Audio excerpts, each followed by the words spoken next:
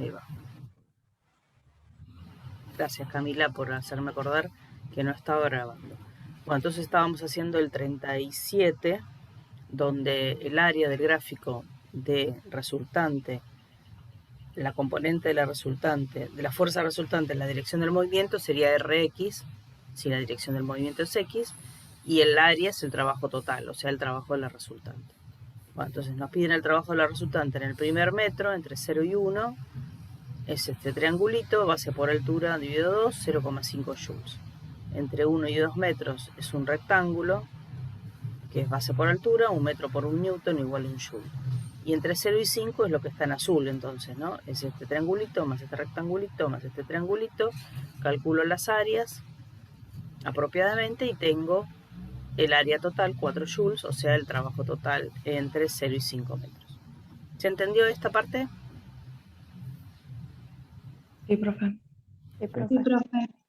Bueno, dice determinar en qué posición el cuerpo tendrá el valor máximo de energía cinética, o sea, dónde hay mayor velocidad, ¿no? Y yo lo puedo hacer esto en función de la unidad esta 3, ¿no? Porque ¿dónde aparece la idea de velocidad? O sea, el concepto de velocidad, ¿en qué magnitud física de las vistas recientemente aparecen? Metros sobre segundo. Esa es en qué se mide, pero de las nuevas unidades vistas hasta ahora por nosotros, en esta parte, en donde aparece en la energía cinética, exactamente, aparece en la energía cinética. Entonces, lo que vamos a hacer es jugar, digamos, para que aparezca esa energía cinética, ¿no es cierto? Porque es la que vamos a querer, porque ahí nos va a dar el dato de, esperen que reconstruyo esto. ¿Está bien? Ahí nos va a dar el dato de la velocidad. ¿Y en dónde aparece la energía cinética? Y ahí asociado al trabajo total, ya que es lo que tenemos. ¿En dónde aparece la idea de trabajo total y energía cinética? En el teorema de las fuerzas vivas, ¿puede ser? Perfecto. El teorema de las fuerzas vivas,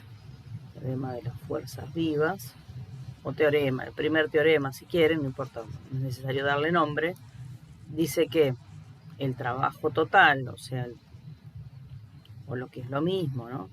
Esto es lo mismo que el trabajo de la resultante. No, el trabajo total, lo que es lo mismo que el trabajo de la resultante, es igual a la variación de la energía cinética. Este es uno de los teoremas que ustedes se tienen que aprender. ¿Está bien? Dicen que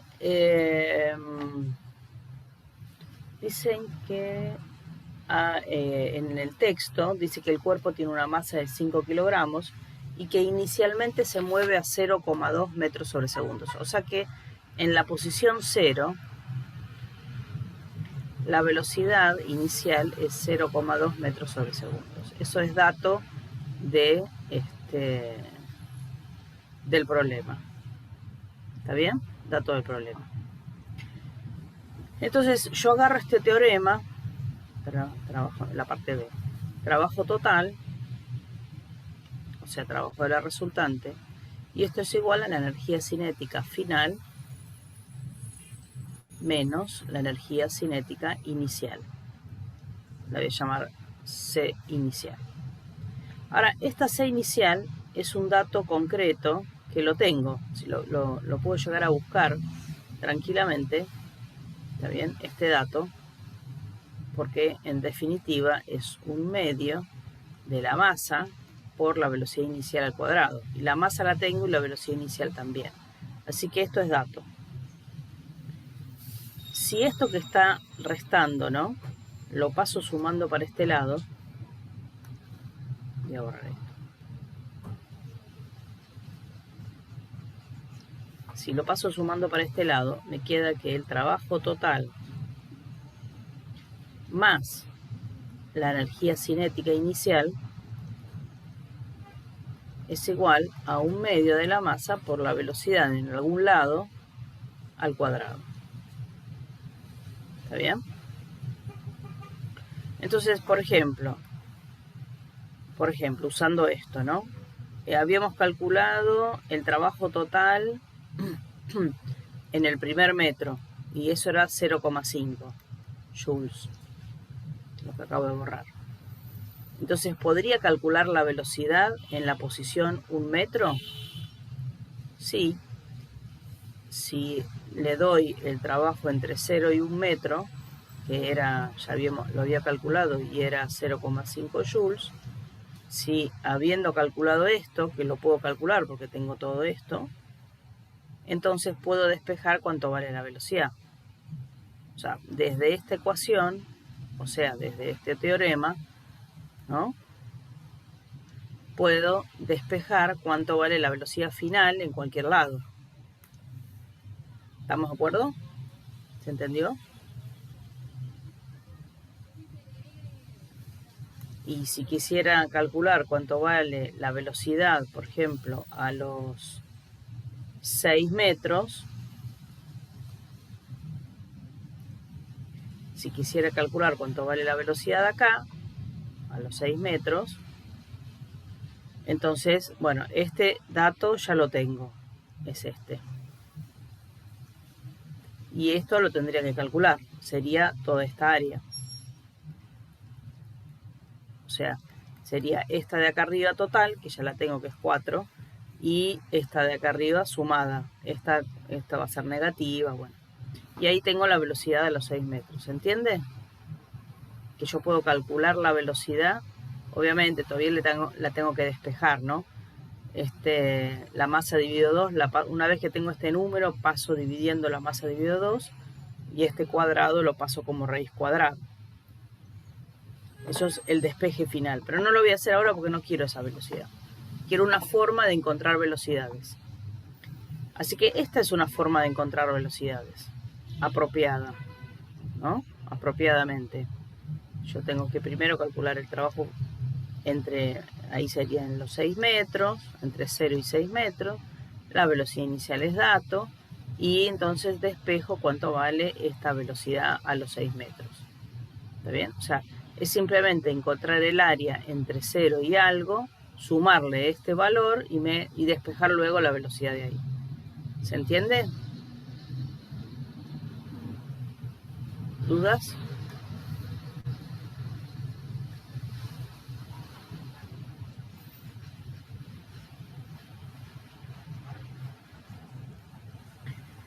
Esa es una forma de pensarlo, no es la única. La otra forma de pensar, que también me gusta discutirlo con ustedes, es la que intenté discutir la vez pasada cuando expliqué este tema en la parte teórica, usando mi presi.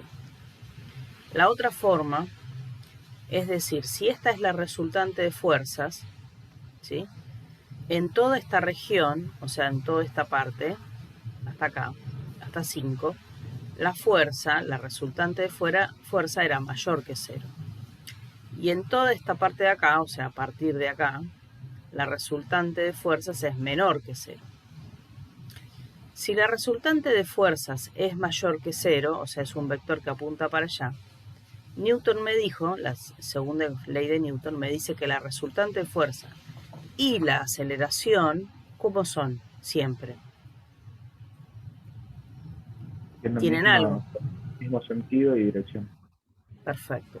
Entonces, si la resultante es positiva, es porque la aceleración es positiva. Esta sería esta parte.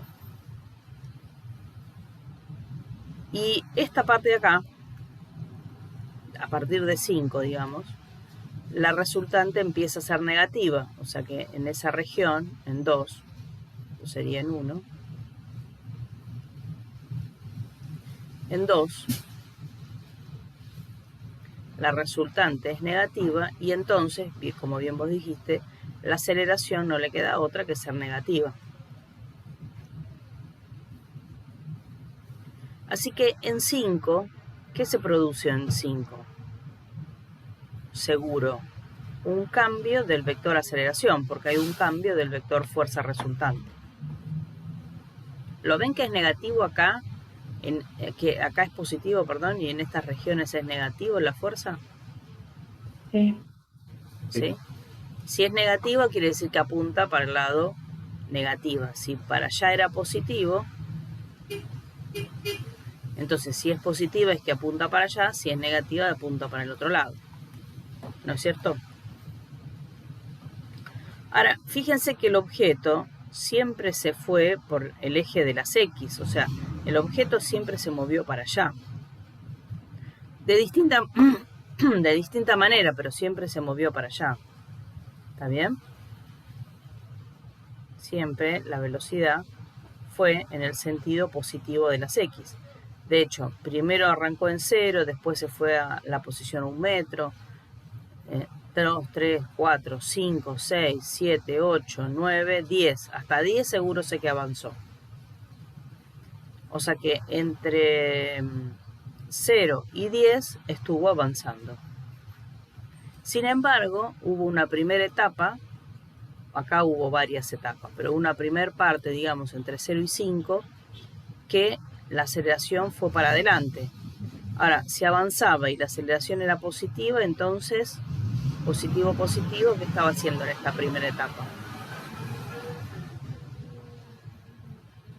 Acelerando. Avanzando. Avanzando y acelerando.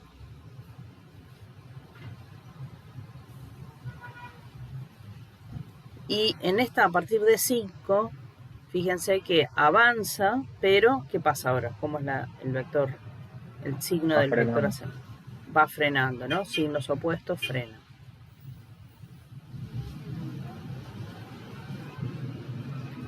Entonces, si entre 0 y 5 avanza acelerando y a partir de 5 avanza frenando, ¿dónde es máxima la velocidad?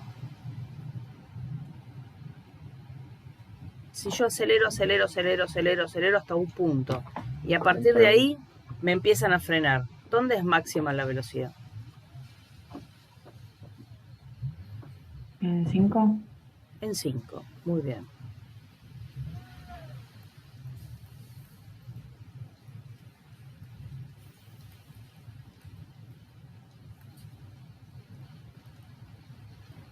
En 5 es el punto de máxima velocidad. Hasta los 5 va acelerando, o sea, cada vez ganando más velocidad.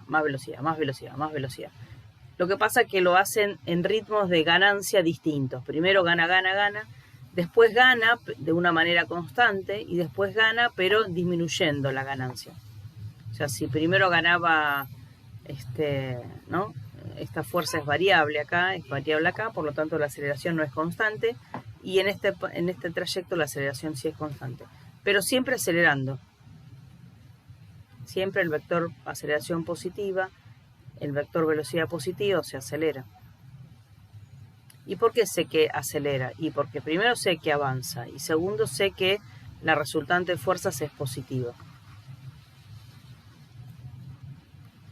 En esa región. Entonces la aceleración es positiva. Entonces, está bien, con este análisis sé, a partir de este análisis, analizando el vector resultante, obtengo datos del vector aceleración.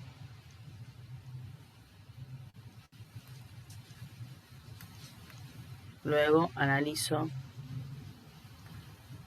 vector velocidad y luego comparo.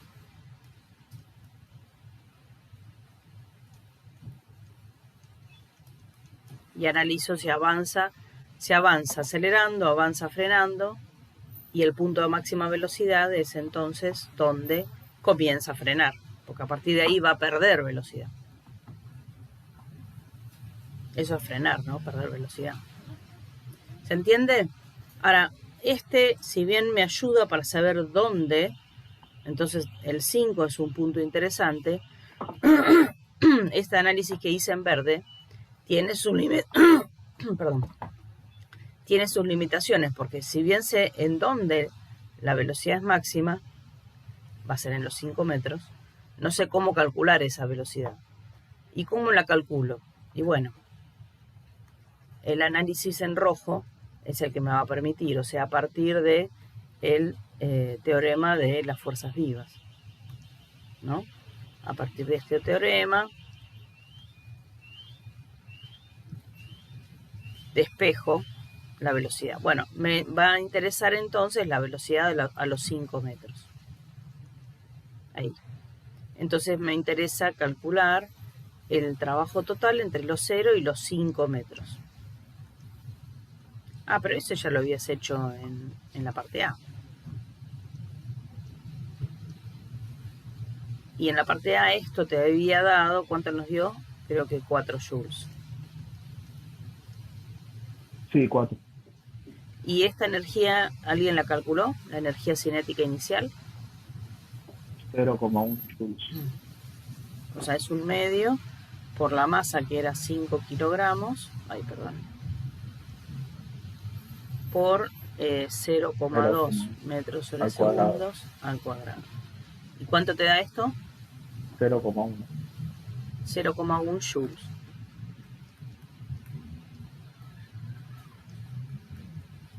Y esto es un medio de la masa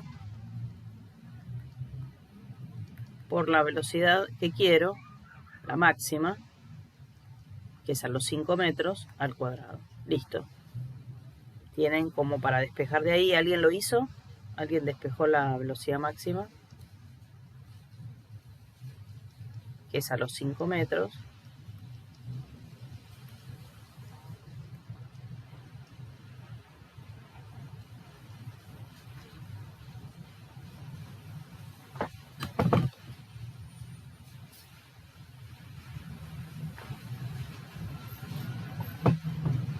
Esto es 5 dividido 2 es 2,5.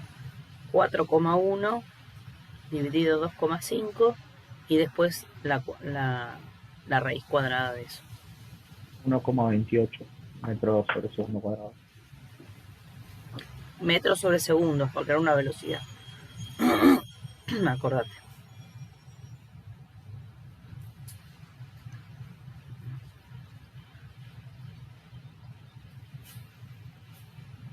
Bueno, ¿se entendió? Y la parte C es en cuál de las posiciones su velocidad es de 1 metro sobre segundo. Bueno, esta es un poquito más difícil. Fíjense que la velocidad máxima nos da, o sea que es en la posición, voy a agarrar todo esto porque ya no se ve nada.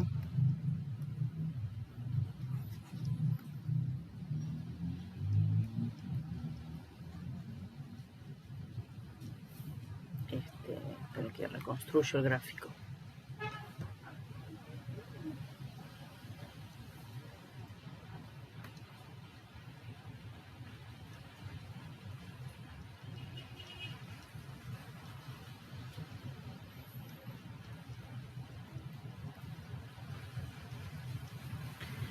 Fíjense entonces que acabamos de calcular cuánto vale la velocidad cuando pasa por la posición 5 metros.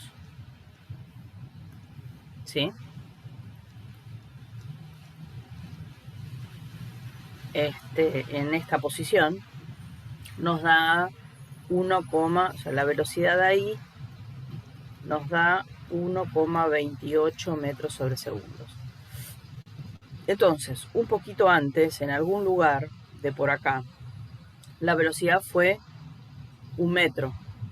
O sea, la pregunta C es ¿en qué posición la velocidad es 1 metro sobre segundo? Entonces fíjense que en alguna posición anterior y en alguna posición posterior la velocidad efectivamente fue 1 metro sobre segundo, ¿no? Un poco antes de 5 y un poco después de 5. Acá ya venía bajando la velocidad. Así que lo que voy a utilizar es de nuevo este teorema, de nuevo esta cuestión, ¿sí? En la parte C, de nuevo. Pero ahora ya sé cuál es la velocidad y ahora lo que quiero es encontrar el trabajo.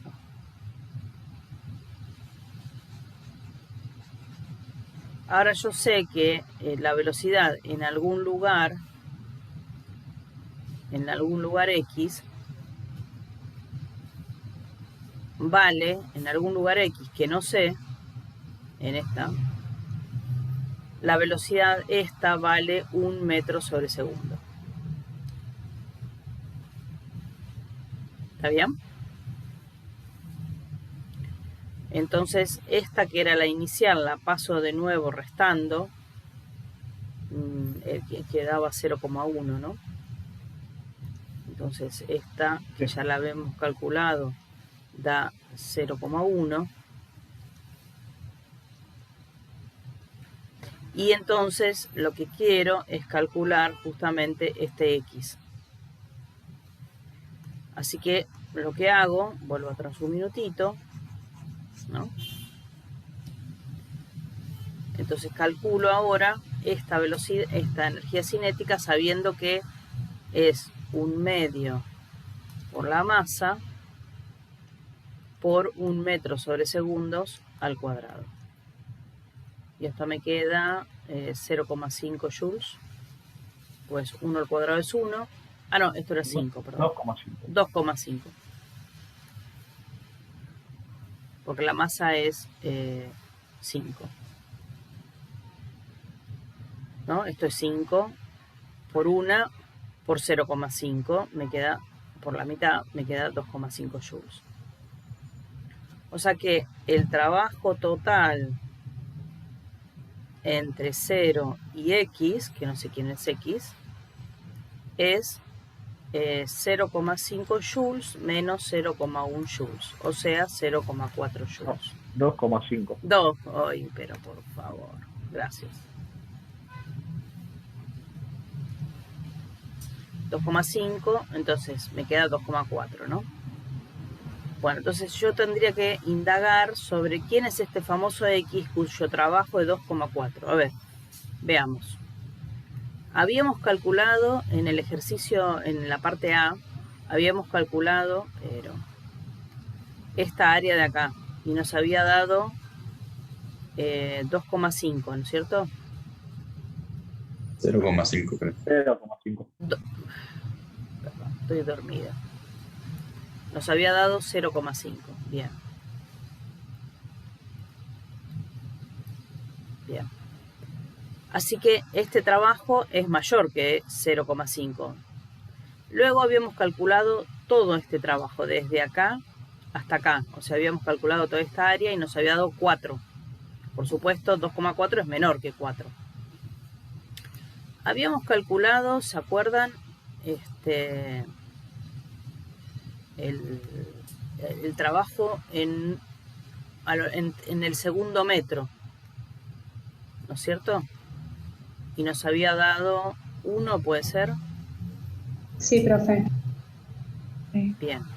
O sea que lo habíamos calculado entre 1 y 2, que sería el segundo metro, y esto nos había dado 1 joule. Así que si empezamos a sumar 0,5 más 1 es 1,5. Todavía, fíjense que hay un 0,9 más. Así que todavía hay que ir por un poco más de área para llegar a tener 2,4. Sería casi 3. Casi 3. Bueno, esta X es la que tenemos que encontrar. Entonces, esta área sería un triángulo, que sería este de 2,5 joules de área, más un rectángulo. Y de este rectángulo, esto lo voy a llamar, este lado no lo conozco, y esta altura sí sé que es un newton, ¿no? Esta altura sí que sé que es un newton, pero este lado de acá no lo conozco, entonces lo voy a llamar esto, lo voy a llamar L. Así que esto es 0,5 más L por 1 newton. Y eso tiene que ser igual a 2,4. ¿Sí? Así que sigo en ese pensamiento, libero un poquito acá. Entonces 2,4 joules tiene que ser igual a 0,5 joules más esta L, que no sé cuánto vale, esa longitud, por 1 newton. Así que esto que está sumando lo paso restando, me queda 2,4 joules menos 0,5 joules, es igual a L por 1 newton. Esto me queda 1,9 joules, y este newton lo paso dividiendo, entonces me queda que L es 1,9, porque 1,9 dividido 1 es 1,9, y joules dividido newton es metro. Así que esta longitud resultó ser de 1,9 metros. O sea que esta longitud desde acá hasta acá mide 1,9 metros. Así que ¿cuánto vale X? Será, le voy a poner otro color.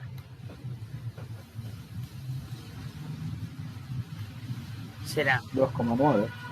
claro, será 1 metro, está 1 metro, más este 1,9.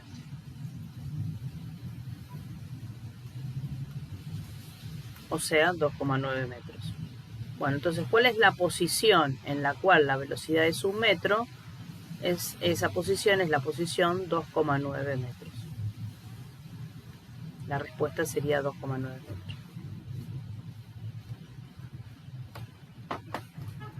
¿Está bien? Esta, la parte C, es medio rebuscadita, ¿no?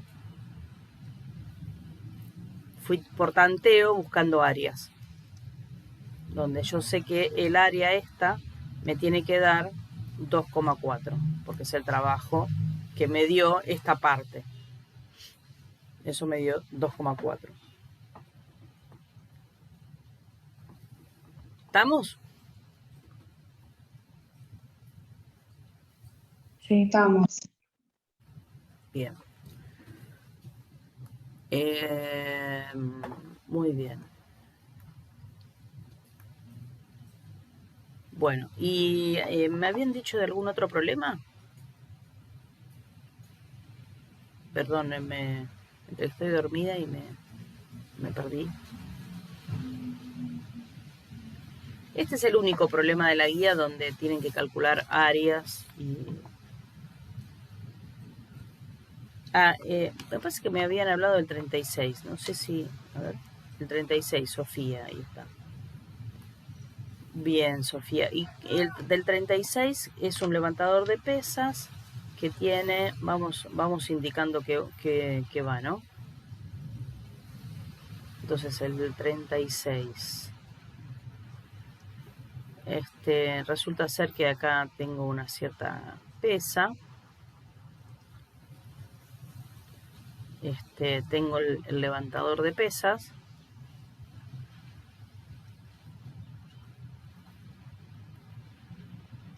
¿Está bien? Esta pesa, digamos, acá lo que me va a interesar en particular, el único cuerpo que me va a interesar es la pesa. ¿Qué fuerzas actúan sobre la barra? Pues, ¿qué fuerzas? Seguro. El peso de la barra. La normal.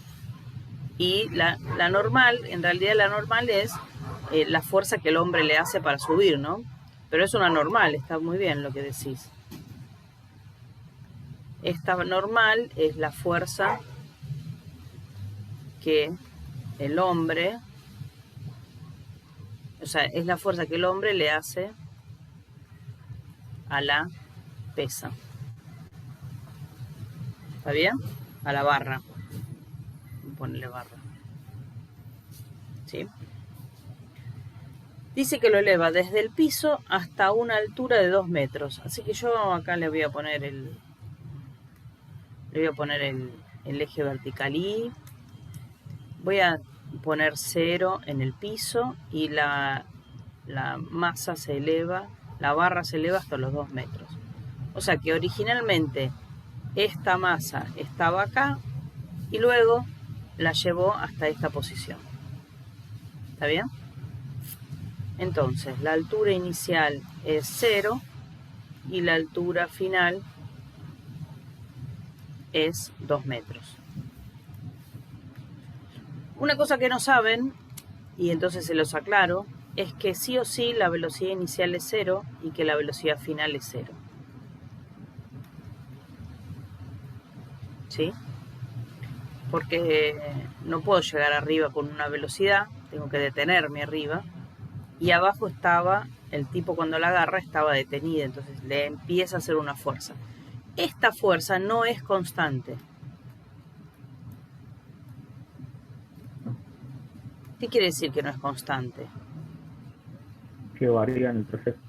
Que varía en el trayecto, que primero es 0, después empieza a aumentar hasta llega un valor, va, se lo mete, hace un camino raro hasta llegar arriba. ¿Está bien? De hecho, cuando llega arriba, bueno, ponerle que llegue así, entonces la normal va para arriba, ¿no? Está bien. La normal siempre fue para arriba, pero esta normal no es una fuerza que es constante. Cambia a lo largo de toda esta trayectoria. ¿Está bien? Así que yo no podría calcular la fuerza normal, el trabajo de la normal, como el módulo de la normal, por el módulo del desplazamiento, por el coseno del ángulo que forma. Esto no lo podría hacer porque la normal no es constante. Y esta fórmula solo varía si la fuerza era constante. ¿Estamos de acuerdo? ¿Pero se podría sacar del peso? El del peso sí. El del peso es constante, entonces podría calcular el trabajo de la fuerza peso como el módulo del peso por el módulo del desplazamiento por el coseno del ángulo. Sí, el peso sí.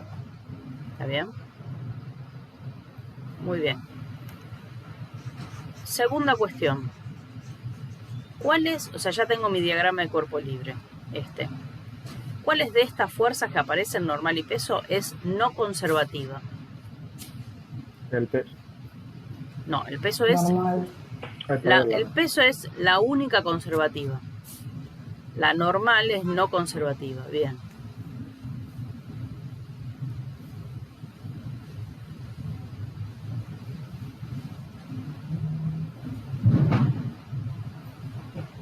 Así que esta normal no solamente no es constante, sino que además es no conservativa. Es no conservativa y no constante. O sea, variable. ¿Está bien? Esta normal las tiene todas. Muy bien, dice, ¿cuánta energía ganó ¿qué fuerzas actúan? La A, ¿no? ¿Qué fuerzas actúan en la barra? Pues la normal y el peso. ¿Cuáles de ellas hacen trabajo? Y fíjense que la barra va para arriba, o sea que el desplazamiento es para arriba. Así que esta realiza trabajo, está a 0 grados, y esta está a 180 grados. Ambas realizan trabajo.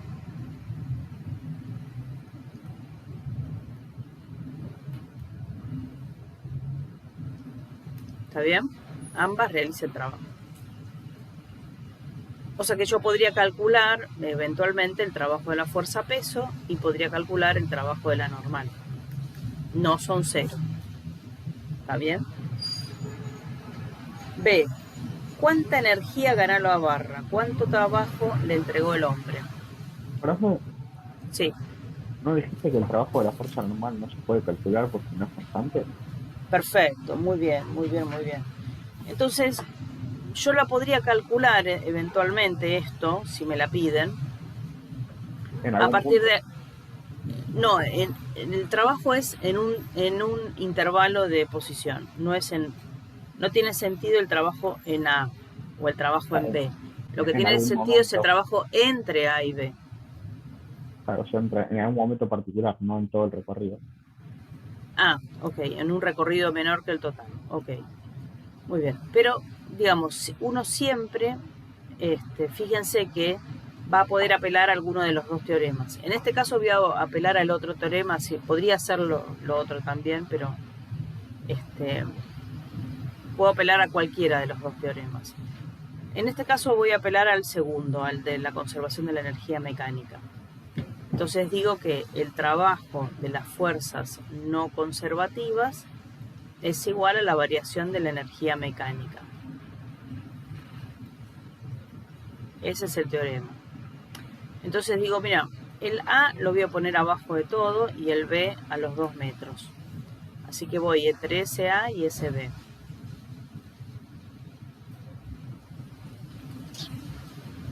El trabajo de las fuerzas no conservativas entre A y B. ¿Quiénes son las fuerzas no conservativas entre A y B? La normal. La normal. O sea que de acá la única que queda es la normal, entre A y B. Rozamiento no hay. ¿Está bien? Y eso es igual a la energía mecánica, la variación de la energía mecánica. O sea, la energía mecánica final menos la energía mecánica inicial. La energía mecánica sí depende del punto. El trabajo no. El trabajo es en un desplazamiento entre un punto y otro. Mientras que la energía sí es la resta entre dos energías. La energía en A y la energía en B. Acá vamos a decir que la energía mecánica es función de estado. En el estado A y en el estado B tiene un valor. En cada uno de estos estados, entre A y B, tiene un valor. Particularmente acá me pide en A y en B. Bueno, muy bien. Si ustedes quieren calcular este trabajo y no pueden ir, porque como no es constante, no puede ir por la fórmula, quizás pueda por este lado. O sea, indirectamente. Calcular el trabajo, yo puedo calcular el trabajo si tengo cuánto vale la energía en B y la energía en A. Pero la energía en B y la energía en A la tengo, porque justamente, ¿de qué trata esa energía? ¿Quién es la energía mecánica en A y en B? La potencial gravitatoria. Y claro, entonces esta sería igual a la energía mecánica en B es la energía potencial en B más la cinética en B. Esa sería la energía mecánica en B. Le resto la energía mecánica en A, que sería la potencial gravitatoria en A más la cinética en A. Ahora resulta ser que la cinética, ¿no? La cinética es un medio de la masa por la velocidad al cuadrado, pero la velocidad en A es 0 y la velocidad en B, digamos, esto sería en B y esta sería en A. Es 0. O sea que estas se cancelan. Y la energía potencial gravitatoria es masa por gravedad por la altura. Ahora, esta en A, la altura era 0. La velocidad es 0, pero la altura también es 0. Así que la energía potencial gravitatoria en A, si esto es 0, ¿cuánto es la energía ahí en A? 0. 0.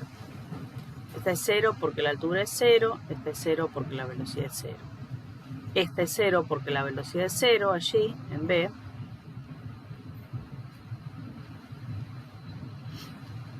Y fíjense que solamente me queda la energía potencial gravitatoria en B, que sería igual a ¿qué? A la masa. La masa es dato del problema, 150 kilogramos. Por la gravedad, 10 metros sobre segundos al cuadrado del módulo. Por la altura allí, que era 2 metros. Así que calculo, esto es 150 por 10 es 1500, por 2 es 3000. 3000 joules. Así que en definitiva, el trabajo de la normal resultó ser igual a 3000 joules.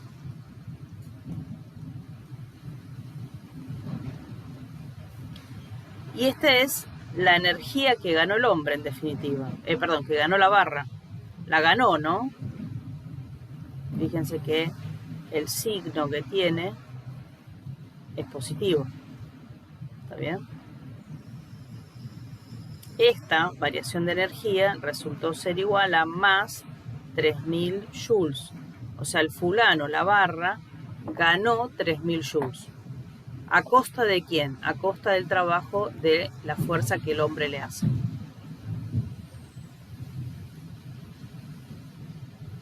Si nos hubiera dado negativo, ¿qué hubiera pasado? Hubiera perdido energía. Acá la barra ganó energía. ¿Cuánta? 3000 joules. Fíjense que la energía abajo de todo es 0 y que arriba es 3000. O sea, lo que agarro, lo que ganó entre 0 y 3000 es 3000. ¿Estamos? Sí. Ahora, si la energía, si la barra ganó energía, ¿de dónde provino esa energía? De la fuerza del hombre. Bien, o sea, del hombre. Si la barra ganó 3000, es porque el hombre va a perder 3000. ¿Sí? Sí. Y esto sale de una consideración que no dije, que es la siguiente. Si... Aquí voy a achicar el lápiz. Si esto es el universo,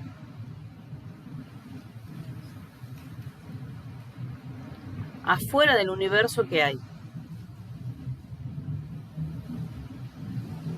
Por definición de universo, no hay nada, no hay nada, ¿no? No hay nada. Claro, no hay nada. Si hubiera algo, ya esto no sería el universo. ¿O no? Porque el universo, por definición, es la totalidad. Ahora sí tengo el universo. Tengo esto más esto. Ahora tengo el universo. ¿Estamos de acuerdo con eso? Así que, por definición de universo, del otro lado no tengo nada. Si tengo el universo, del otro lado no tengo nada. ¿Está bien? Muy bien. Si yo hago el diagrama de cuerpo libre del universo, ponele, que lo pudiera hacer, del otro, el universo no interactúa con nadie. Así que, ¿cuál sería el diagrama de cuerpo libre del universo? Si no interactúa con nadie, porque del otro lado no tengo nada, la resultante de fuerza sería 0. O sea, no hay fuerzas que dibujar, ¿no es cierto? Así que la variación de energía mecánica del universo es 0. Porque no tengo con quién interactuar. Por lo tanto, no hay trabajo de ninguna fuerza. ¿Hasta acá bien?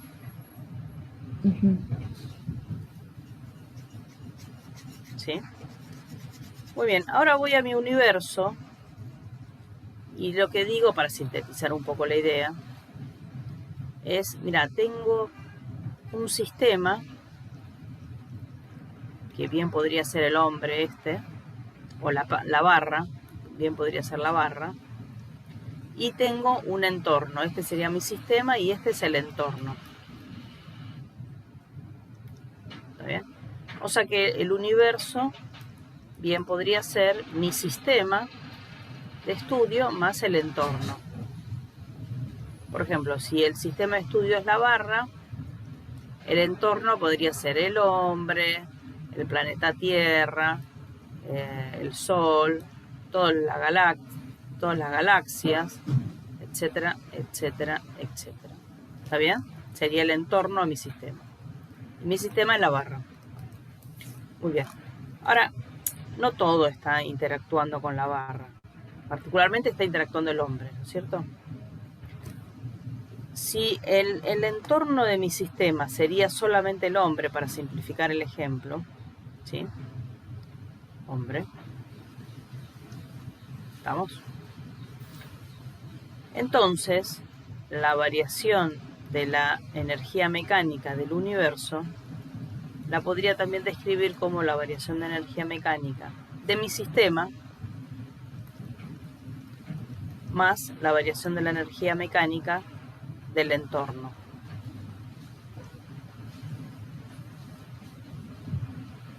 Ahora, esta resultaba que era 0. Si esta es 0, entonces la variación de energía mecánica del sistema más la variación de energía mecánica del entorno, la suma tiene que ser 0. Ergo, si esta la paso para allá restando,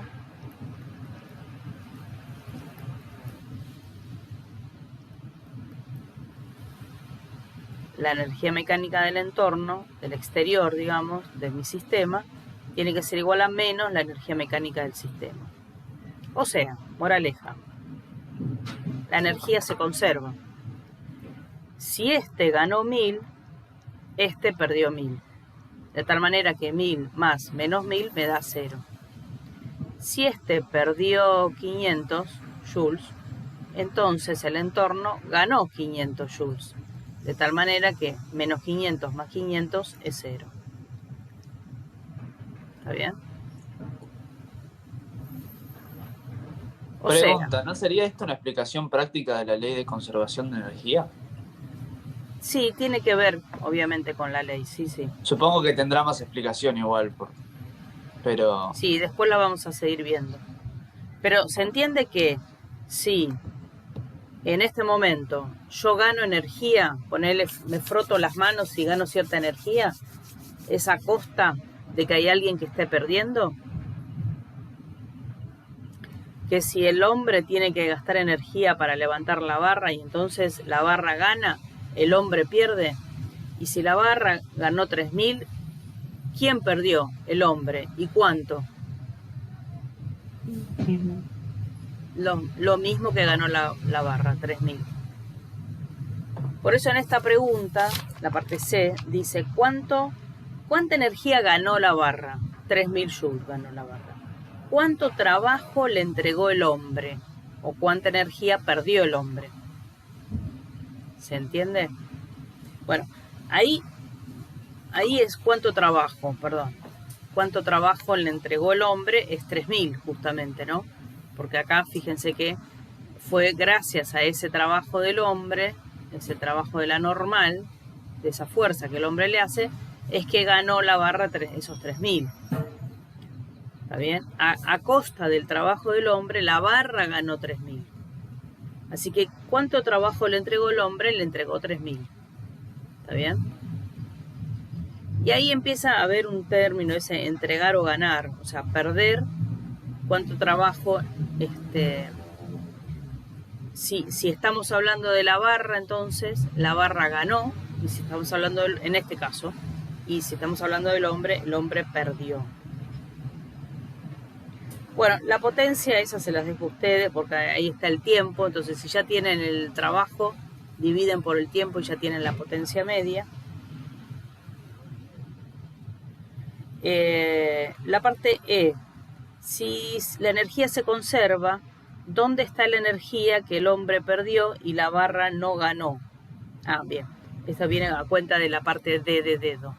La parte D de dedo dice algo respecto de esto que veníamos charlando, algo tremendo. Dice, mira, en realidad, en rigor de verdad, para hacer este ejercicio y transferirle 3000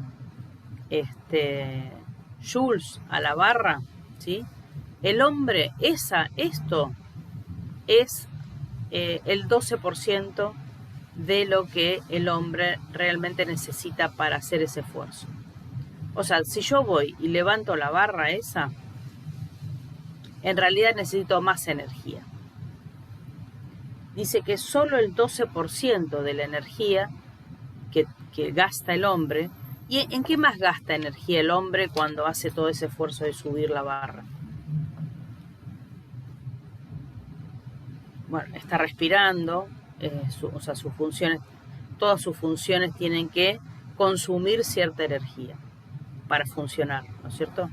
Tienen que respirar, tiene que latir el corazón, etcétera, etcétera, etcétera. Entonces, en realidad hay una energía mecánica que sería el 100%, y en realidad el 12% de esta energía es la que utilizás para levantar la barra, esos 3000 joules. ¿Está bien? Entonces acá de alguna manera dicen, bueno, en definitiva, ¿cuál es la energía? Dice, ¿cuál es la energía total del hombre para hacer todo ese esfuerzo? Si solamente usó el 12% para hacer ese ejercicio. ¿Está bien? Entonces con esta regla de 3 simple ustedes sacan cuál es la energía mecánica total del hombre. Le puse hombre, pero bueno. Entonces sería, ¿no? Si esta es la X, 5.000. 3.000 por 100 dividido 12, ¿no? 3.000, regla de 3 simple, por 100, por 2%, por 100% dividido 12%. Así que el por ciento se va. ¿Y esto cuánto les queda? 25.000. 25.000. 25.000 joules. Profe, ¿el 12% es arbitrario? ¿Tipo para No, todos igual? no, tiene una realidad. Vos fíjate, yo acá justo no tengo ninguna... Si ustedes tienen una barrita o un paquetito de alguna golosina que hayan comido o el paquete de las galletitas, fíjense que tiene una tablita al lado que dice valor energético en algún lugar. Y entonces dice o en calorías o en kilocalorías o en kilojoules la porción de eso que están comiendo. Poner si es una barrita, por lo general dice acá más o menos son 90 calorías, un poquito menos por ahí. Y también está en kilojoules. Si tienen algo al lado,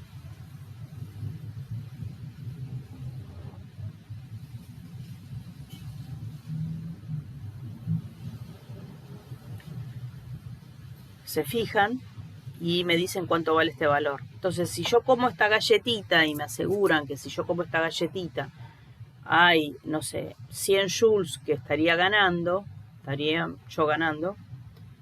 bien? A mí me ingresa cierta energía, pero en realidad esa energía, yo no, ponele que si como esta energía, si como esta galletita, me sumo 100 calorías, ponele, ¿no? Pero bueno, hay que pasar calorías a kilojoules. Pone tantas cantidades de joules, ponele 100 joules para decir algo.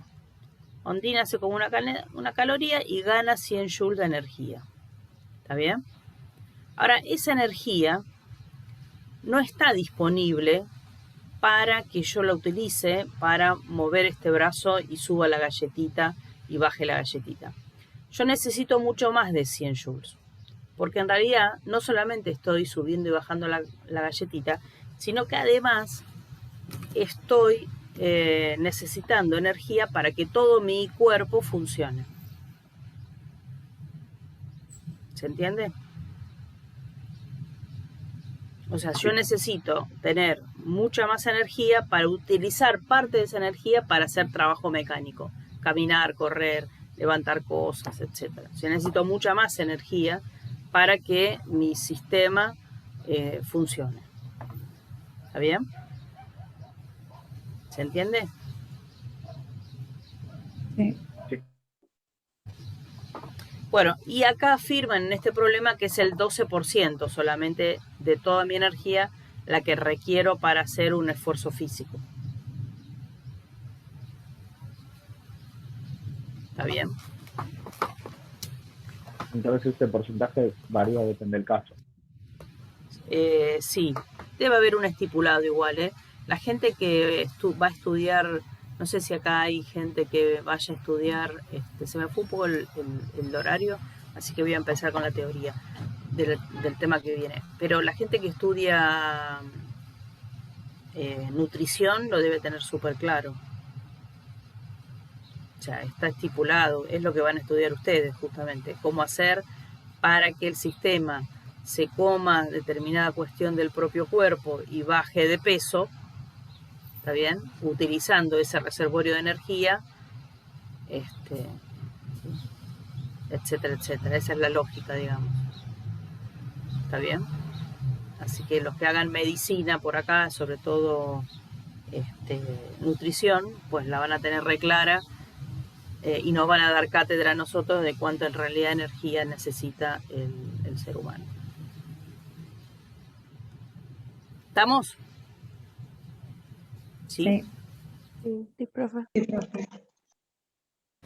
Bueno, vamos a ver la teoría de la clase de hoy, que es hidrostática.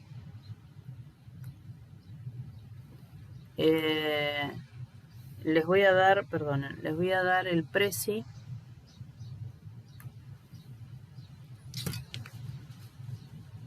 Esto ya no, acá. Ahí está el preci. También está en el link, les dejé el link, digamos, en el drive, donde está el link de la clase. ¿Está bien? Bueno, muy bien. Entonces, ¿están viendo bien todo esto? Sí. Sí, Sí, profe. sí, profe. Bueno, entonces voy a terminar haciendo dos problemas. Los núcleos puntualmente importantes acá es el teorema fundamental y un par de ecuaciones que expresan lo que es una prensa hidráulica. Este es el teorema fundamental de la hidroestática. Pero hay que hacer una discusión previa. Acá me voy a detener bastante tiempo porque quiero discutir con ustedes algunos conceptos importantes para después entender bien, digamos, lo que viene. Y hay conceptos que también van a servir para lo que viene después de hidrostática. Así que voy a ir a esos conceptos. Primero comenzamos la unidad 2, la unidad de fluidos, y primero caracterizar un fluido, ¿no? Un fluido, a diferencia de un sólido, no tiene una forma propia. Adquiere la forma del recipiente. O sea, si yo pongo esta botella, el agua que está acá tiene cierta forma que adquirió la forma de la botella. Si yo ahora derramo este líquido en un vaso, pues adquiere la forma del vaso. O sea, no tiene una forma propia, sino que adquiere la forma del recipiente. Y eso es porque las moléculas no están en el sólido, las moléculas es como que están atrapadas en una red y no se pueden mover unas respecto de las otras. Lo que sí pueden hacer es oscilar las moléculas alrededor de una posición fija, pero no pueden cambiar de posición. Por supuesto, las moléculas jamás de los jamases van a estar en reposo.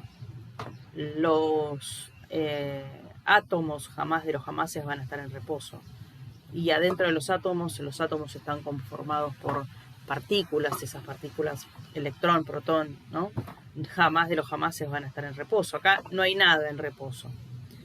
En el caso de la molécula, que es un conjunto de estos átomos, lo que puede hacer es, puede hacer varias cosas. Puede oscilar alrededor de una posición de equilibrio, puede girar y además puede trasladarse una respecto a la otra. Bueno, en el fluido, a diferencia del sólido, se puede deslizar una respecto de las otras. ¿Está bien? Esa es la característica de un fluido. Y los fluidos, vamos a tener dos fluidos. O por un lado los líquidos y por otro lado los gases. La diferencia entre líquidos y gases es que si bien no tienen forma propia, el líquido sí tiene un volumen propio. O sea, si yo acá tengo 200 milímetros, o sea, un cierto mililitros, ponele que tenga 150 mililitros, o sea, un cierto volumen. Si yo lo tiro por ahí, por el piso, ¿está bien?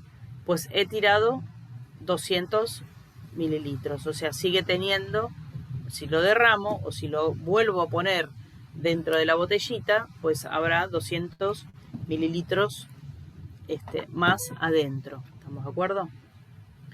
En cambio, los gases no solamente que no tienen forma propia, sino que además no tienen volumen propio.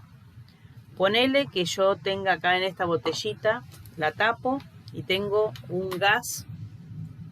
Esta botellita es de 2 litros. Ponele que tengo un gas colorado acá adentro. ¿Está bien? Que lo pintamos de colorado. Una bengala colorada. ¿Estamos de acuerdo? Roja. Tengo un gas ahí adentro de color rojo. Entonces, ¿Cuál es el volumen de este gas? Pues el volumen de la botellita, el volumen del envase, 2 litros. ¿Está bien? Si lo abro ese gas, se va a desparramar a lo largo de toda la habitación. ¿Está bien? Y una vez que se desparrame a lo largo de toda la habitación, va a tener el volumen de la habitación, que por supuesto es mucho más que 2 litros. ¿Se entiende?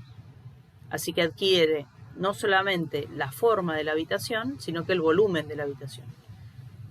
¿Y eso es por qué? Porque, bueno, las moléculas de este gas están tan desacopladas que no solamente pueden girar alrededor de sí o trasladarse un poco como la de los líquidos, sino que directamente pueden desacoplarse totalmente y va una molécula para un lado, otra molécula para el otro, y etcétera, etcétera. ¿Se entiende? Bueno, entonces ahí hemos caracterizado un fluido. Nosotros vamos a dividir un poco esta parte. Básicamente le vamos a dedicar más relevancia a los líquidos y vamos a dejar a los gases para la unidad termodinámica. ¿Está bien?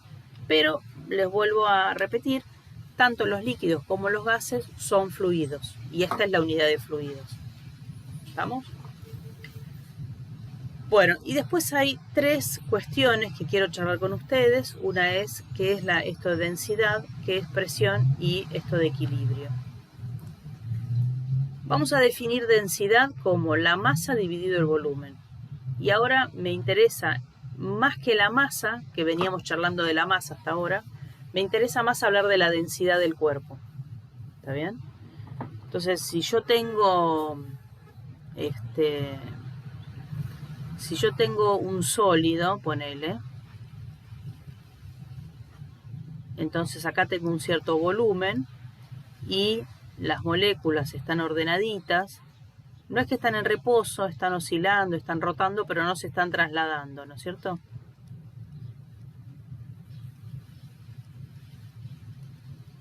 ¿Está bien? Entonces, bueno, si yo calculo una pequeña área, un pequeño volumen, perdón, ponerle que haya 6 moléculas ahí adentro, entonces puedo hablar de la densidad, ¿no? Cada molécula tiene cierta masa, entonces junto la cantidad de masa total, la densidad es la cantidad, la masa que está ahí adentro, dividido este pequeño volumen. ¿En qué se mide? En unidad de masa sobre unidad de volumen. Y acá tienen su primer dolor de cabeza. La unidad de volumen en el sistema internacional es el metro por el metro por el metro. Así que metro por metro por metro, o sea, metro cúbico, es una unidad de volumen. ¿Está bien? O también hay otra unidad que es de capacidad, que es el litro. Bueno, y hay una relación entre litro y metro cúbico. La relación entre litro y metro cúbico es que un metro cúbico equivale a 1000 litros. Esa es la relación entre metro cúbico y litro. O sea, fíjense que un metro cúbico, para que tengan una idea, es un metro por un metro por un metro. Es mucho un metro cúbico. ¿Está bien? Si yo tengo de estas botellitas, ¿está bien? Ponele que esta botellita sea de 1 litro, puedo tirar ahí adentro 1000 litros y entran en ese volumen de 1 metro por 1 metro por 1 metro. O sea, 1 metro cúbico. Más o menos el tanque de la casa de ustedes, si tuvieran tanques, sería de más o menos... Bueno, hay tanques de 500 litros, de 1000 litros, más o menos da una idea. ¿Está bien? ¿Sí? O al revés, 1 litro equivale a esto dividido, 1 dividido 1000, o sea, 0,001 metro cúbico. Esto sí. ¿Está bien? Bueno, y acá va a ser su primer dolor de cabeza, ya le digo, porque fíjense que hay centímetro cúbico, milímetro cúbico, decilitro, centilitro. Y ustedes como van a ser futures médiques, ¿está bien? Y en la medicina hay muchas de estas porquerías, van a tener que saber pasar unidades, y eso es la universidad, la facultad de ustedes nos piden que los entrenemos, las entrenemos en cambio de unidades. Así que desde ya les digo que uno de los dolores de cabeza de ustedes es el cambio de unidades. ¿Está bien? Acostúmbrense, no le tengan miedo. ¿Está bien?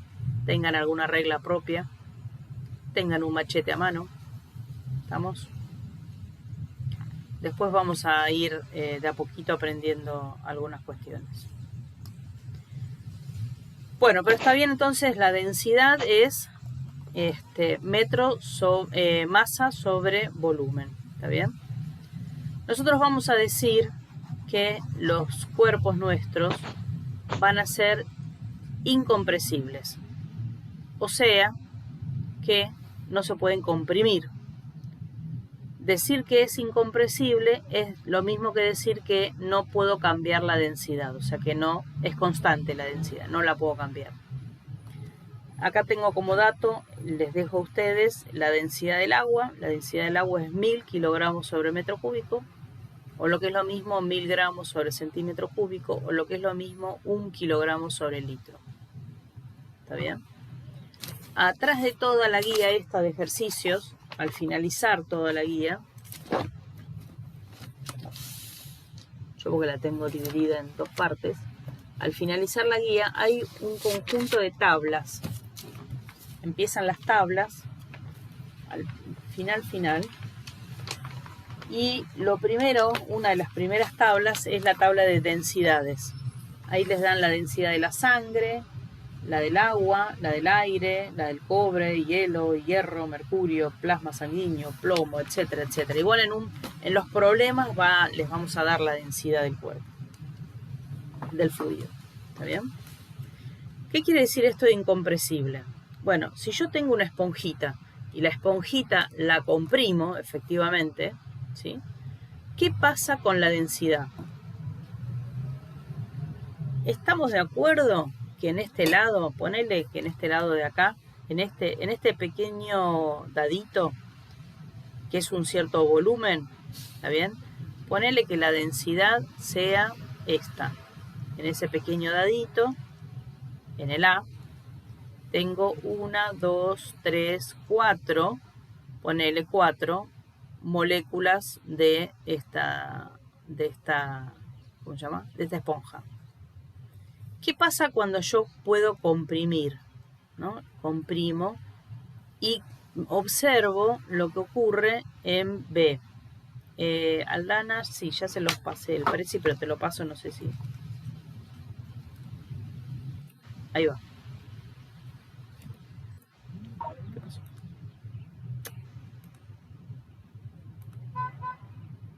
Ah, perdonen. La vez pasada se los mandé a cualquier lado. Está bien. Ah, ok. Ahí está. Ahí lo tienen. ¿No? ¿Qué pasa si yo comprimo en la parte B? Entonces agarro el mismo volumen de acá.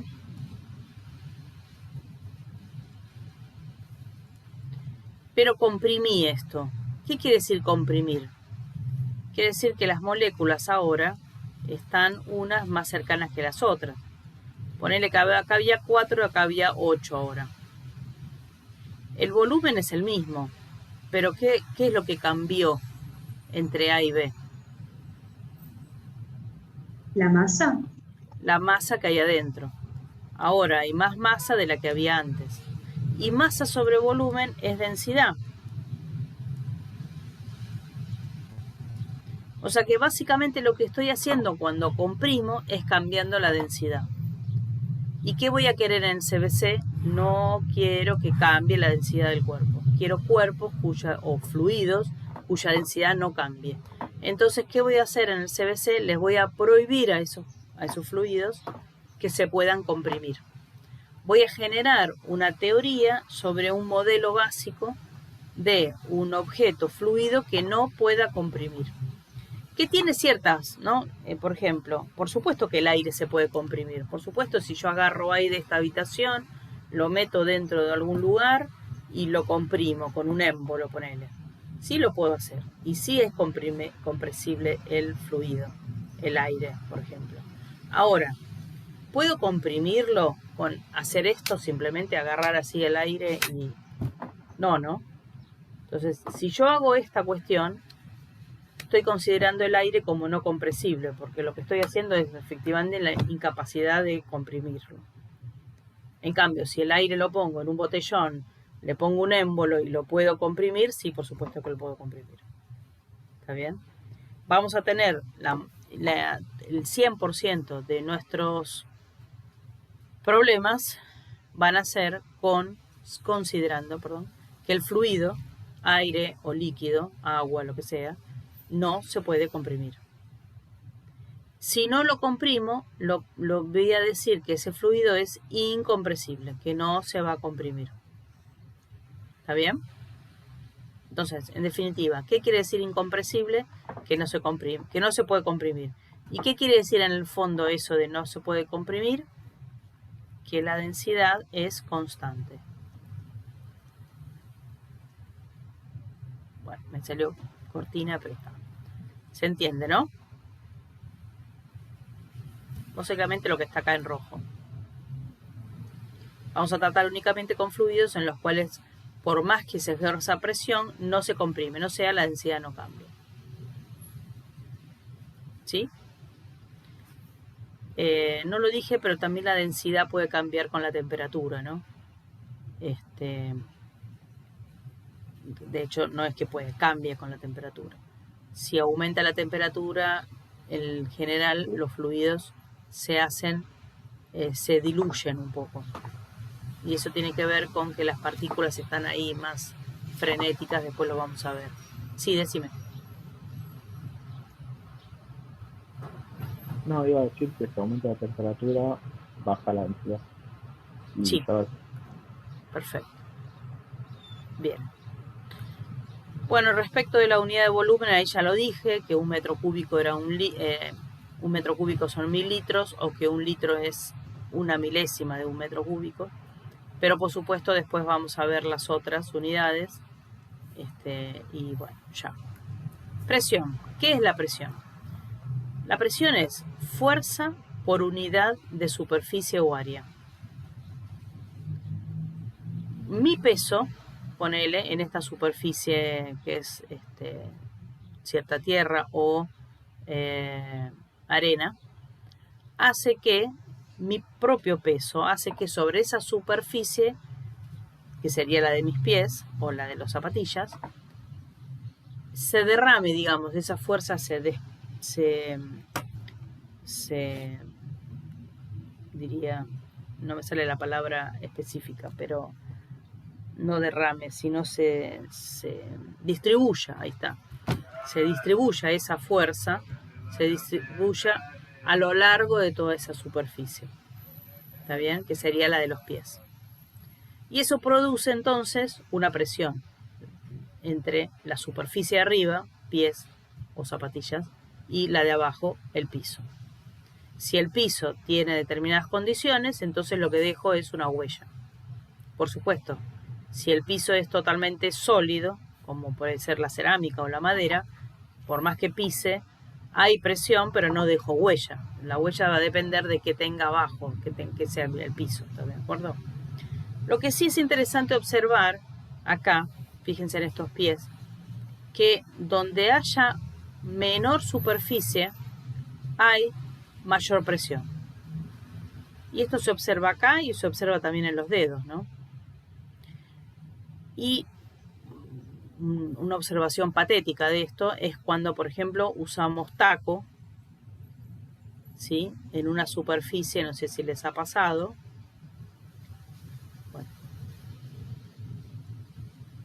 disculpen, mis dibujos son horrendos. En una superficie, a las chicas sobre todo, bueno, ¿por qué no a los chicos? Si les ha pasado en una superficie así como esta, o en barro, ¿qué nos pasa cuando pisamos con un taco? ¿Qué pasa con esta parte? Se entierra el saco. Se entierra. ¿Por qué se entierra? Porque está, digamos, la fuerza peso, pero sobre una superficie muy pequeña. A menor superficie, a igual fuerza, pero menor superficie, la presión es más grande. Entonces, a menor superficie,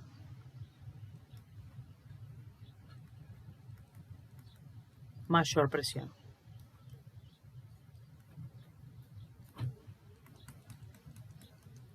¿Está bien? Y esto lo utilizo siempre, aunque ustedes no crean, ustedes lo utilizan permanentemente. Cuando cortan carne con un cuchillo, lo que hacen es afilar el cuchillo. Y si el cuchillo no está afilado, pues dicen que es un mal cuchillo. ¿Está bien? ¿Por qué afilo? Porque al afilarlo yo hago una cierta fuerza sobre el cuchillo y el cuchillo hace fuerza sobre el elemento que quiero cortar. ¿Está bien? Cuanto más afinado esté, más afilado el cuchillo, pues más alta es la presión que hace. Cuanto más alta sea la presión, pues más voy a ingresar sobre esa superficie, no sé, el bifito que me quiero comer. ¿Se entiende? ¿Por qué nos cortamos con la hoja de papel? Porque una pequeña fuerza sobre esa superficie lateral tan finita, la hoja de papel, el filo de la hoja de papel, provoca una presión muy grande, tal que corta los tejidos de mi mano. ¿Sí? En la figura, acá hay una jeringa y se ve esta es mi mano, y se ve un émbolo. Este es un émbolo. El émbolo lo que hace es, todo lo que tenga acá, un fluido en general, tanto aire como líquido, ejerce sobre esta superficie que hay acá, ¿no? Si acá lo corto, lo que voy a ver es esta superficie. Sobre esta superficie, esta fuerza que yo hago, la fuerza que hace mi dedo, ejerce sobre esta superficie o área, como quieran llamarlo, superficie o área. Yo acá la llamé área, pero con la letra A, pero también la voy a terminar llamando S. ¿Está bien? Esta superficie de acá, toda esta fuerza actuando sobre esta superficie genera una presión. Y esa presión es la que más luego va a transmitirse a lo largo de todo el fluido. ¿Está bien? ¿Y cuánto vale? Bueno, vale la fuerza que yo ejercí dividido esa superficie. Si esa superficie es más chica, si yo tengo la misma fuerza sobre una superficie más pequeña, entonces la presión será mayor que esta de acá. Y si la superficie es más grande, pues la presión será menor que esta de acá. ¿Está bien? Moraleja, a menor superficie, mayor presión.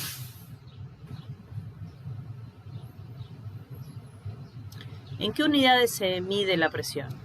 Se mide en el sistema internacional en unidades de fuerza, que es el Newton, dividido unidades de superficie, que es metro cuadrado, ¿no? Si yo tengo una superficie así, esta superficie, esta se mide en metros, esta se mide en metros, metro por metro, lado por lado, metro cuadrado. ¿Está bien? En el caso si no fuera un cuadrado, sino sería la superficie de un disco, por ejemplo, tengo que considerar el radio y esa superficie, la del disco, sería pi por el radio al cuadrado.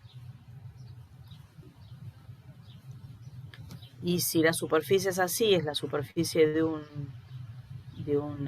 rectángulo, esa sería lado por lado, o sea, lado al cuadrado. O bueno, perdón, no tiene por qué ser un cuadrado, pero podría ser lado 1 por lado 2. ¿Está bien? Si es un rectángulo y no un cuadrado.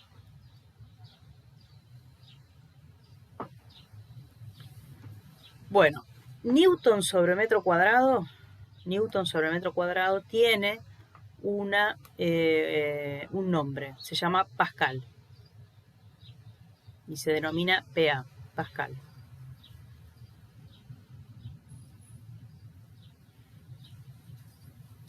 Hay otras unidades de presión como la atmósfera, que esta es la que ven en química por lo general, y hay otra, que es de donde proviene el origen de todo, que es el milímetro de mercurio.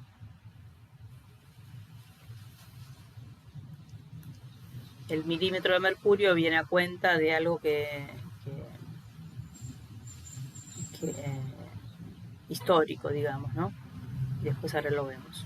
Pero está bien, las 3 unidades de presión que vamos a usar van a ser los pascales, la atmósfera y el milímetro de mercurio.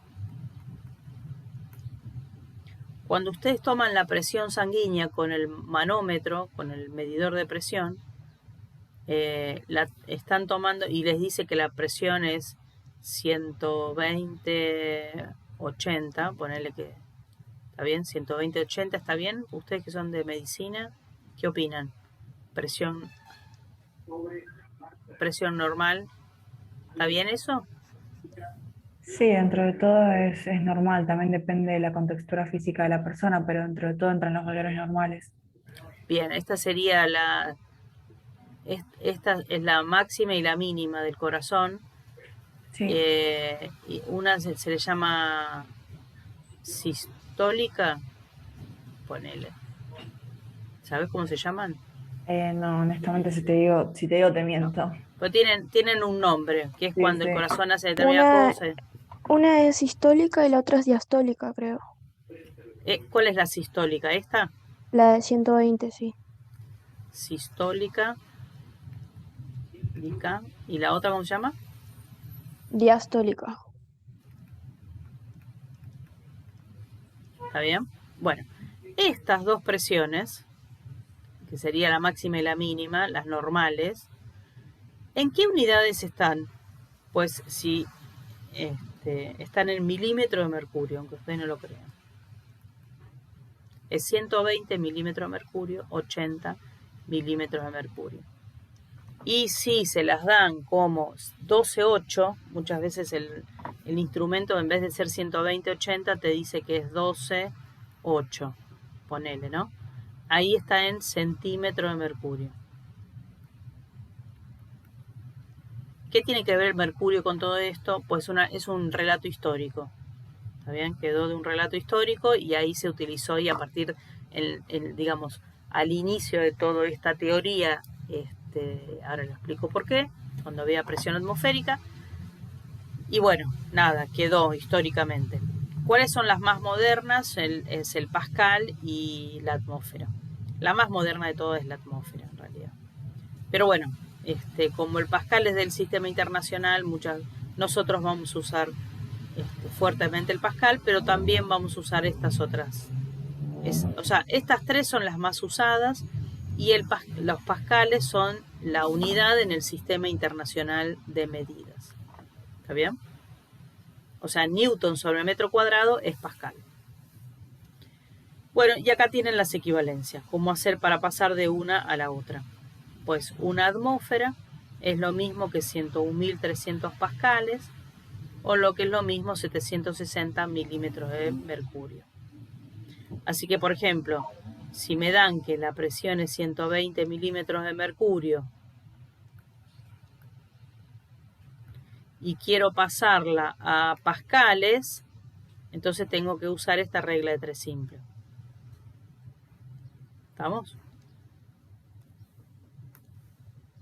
Entonces, si 101.300 pascales es 760 milímetros de mercurio, entonces 120 milímetros de mercurio va a ser X cantidad de pascales.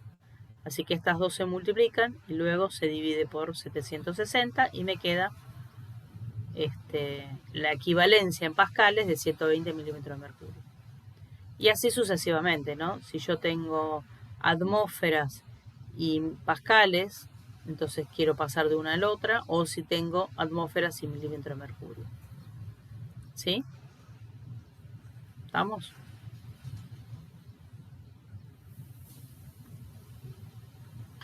finalmente hablar un poquitito de esto de la presión atmosférica. ¿Y qué es la presión atmosférica? Básicamente la presión atmosférica es el peso de la columna de aire que tenemos, ustedes también tienen, arriba de nuestras cabezas. Y la columna de aire es muy relevante porque la atmósfera terrestre llega por lo menos hasta 100 kilómetros de altura, un poco menos. Ponela ahí. Ahí hay una, digamos, termina la atmósfera y comienza el espacio, digamos, ¿no? Vacío.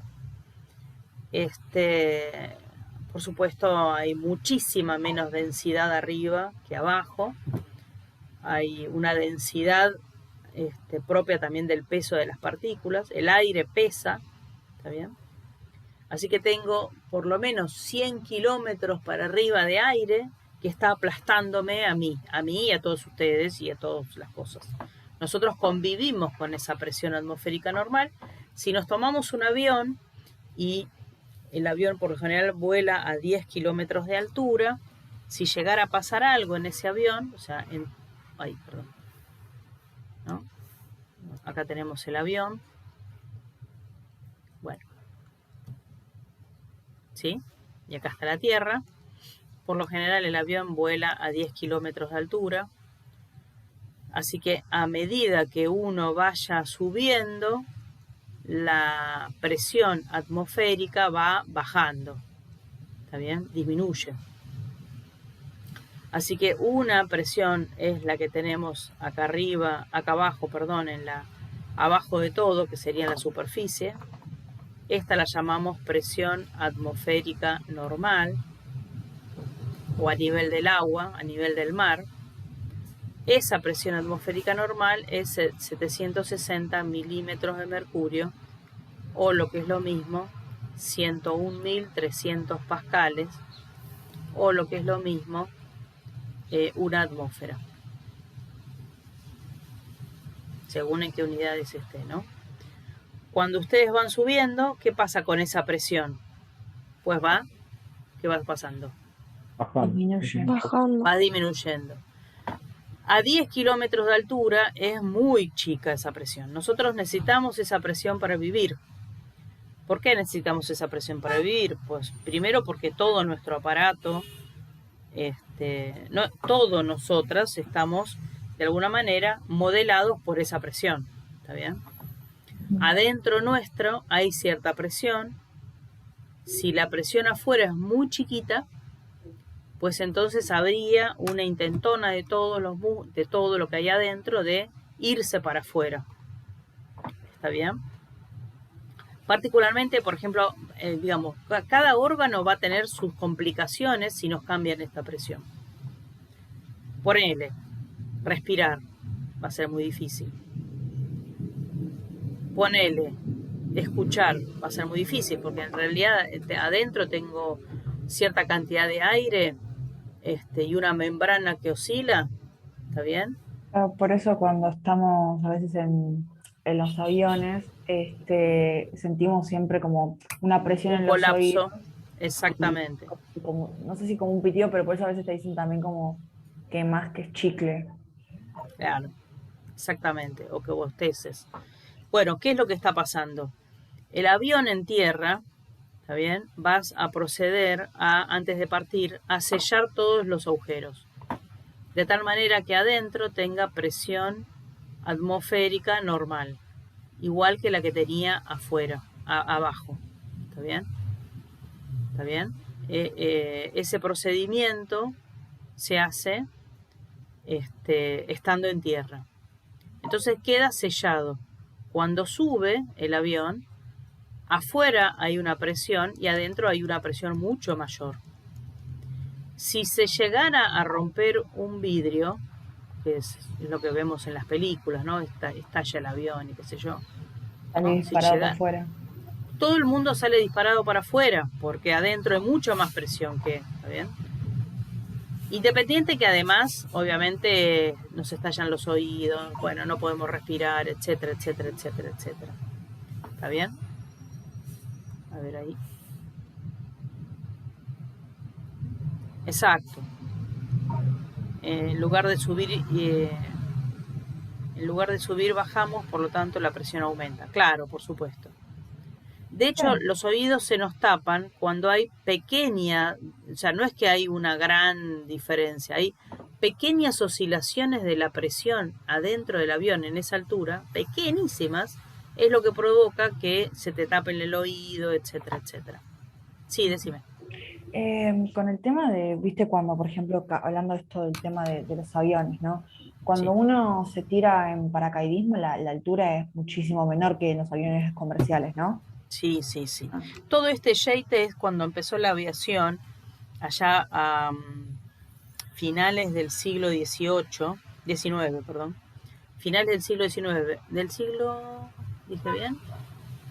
Sí, en el 1800. Cuando empieza la aviación, empiezan a darse cuenta que no podían ir muy arriba porque los pilotos no tenían cabinas con este sistema y los pilotos se desmayaban porque ya no tenían, no es que llegaban a 10 kilómetros tampoco, con un par de kilómetros para arriba ya no podían resistir y obviamente se caía porque el piloto se desmayaba. Entonces empezaron a darle oxígeno y luego las cabinas las hicieron, con el tiempo,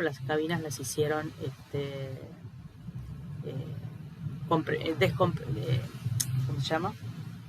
Ay, se me fue el término específico, ya me va a salir. ¿Qué es lo que pasa ahora con los aviones comerciales? ¿Está bien? ¿Incompresibles? No, tiene un nombre técnico.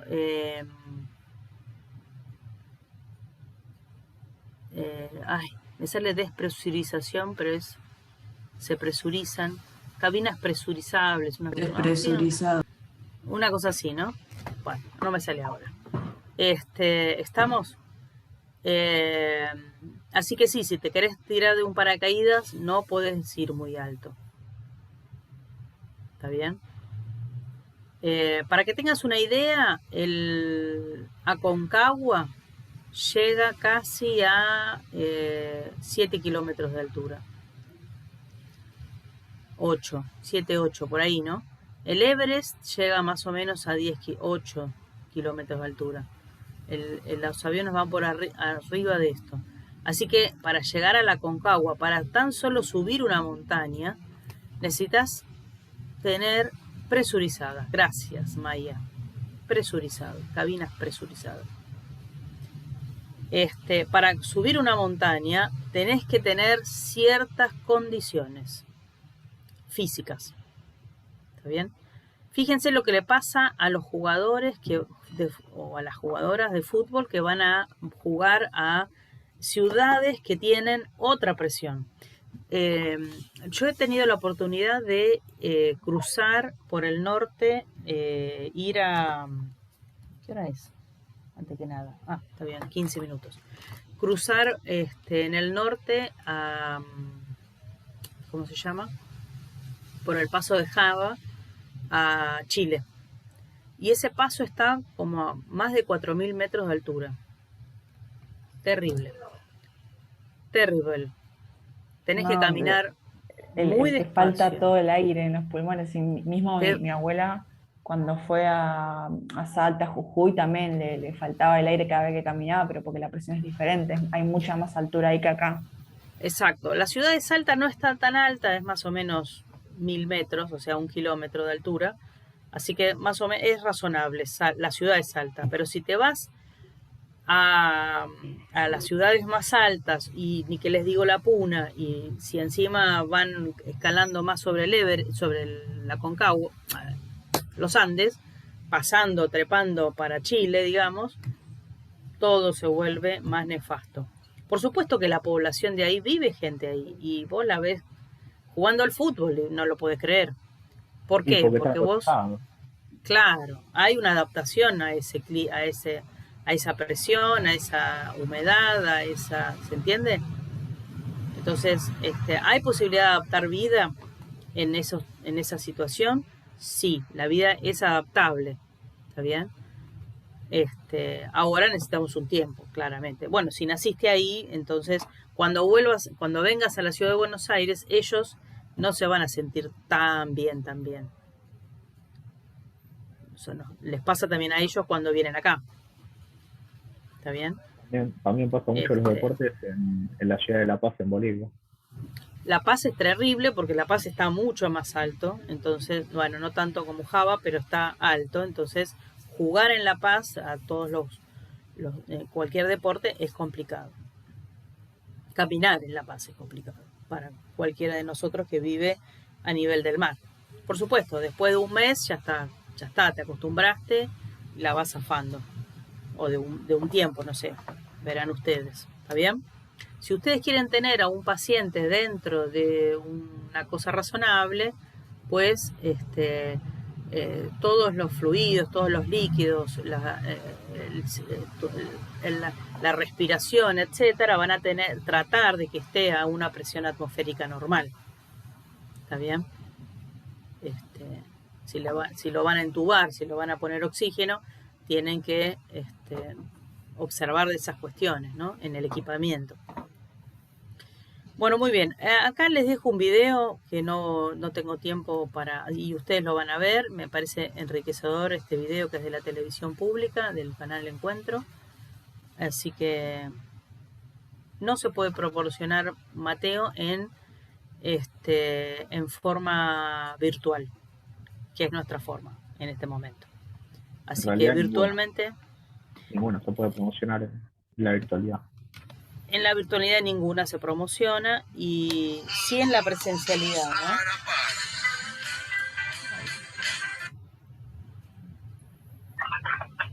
Perdonen, ¿eh? ¿Para qué le estoy dando clase? Sí. Ah, bueno. ¿Me podés esperar un ratito y ya voy? Dale. Perdonen,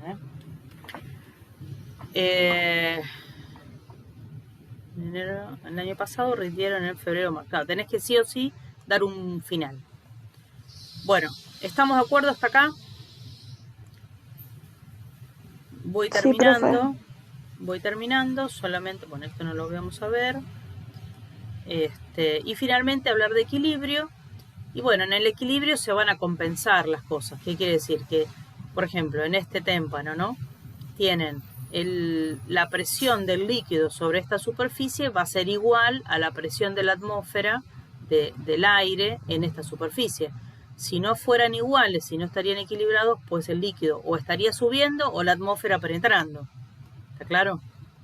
Entre esta superficie sólida y el agua, justo en este borde, las presiones son iguales, ¿no? La presión del líquido sobre el témpano y la presión del sólido sobre el líquido coinciden. ¿Por qué? Porque están en equilibrio. Si no estuvieran en equilibrio, pues una arrastra a la otra. ¿Está bien? Si mi mano presionando sobre otra mano están en equilibrio, pues está ahí en reposo. Si yo ejerzo una fuerza sobre esta superficie generando una presión mayor, entonces lo que hago es mover, ¿no? Tengo más presión de este lado que de este y por lo tanto muevo las cosas para ahí. Si en el avión adentro tengo más presión que afuera y se rompe la ventana, pues las cosas de adentro salen para afuera. Hay más presión adentro que afuera, por lo tanto, donde haya mayor presión, desequilibra y entonces algo se desplaza. Si hay equilibrio, entonces las presiones de un lado y del otro deben ser iguales, porque hay equilibrio.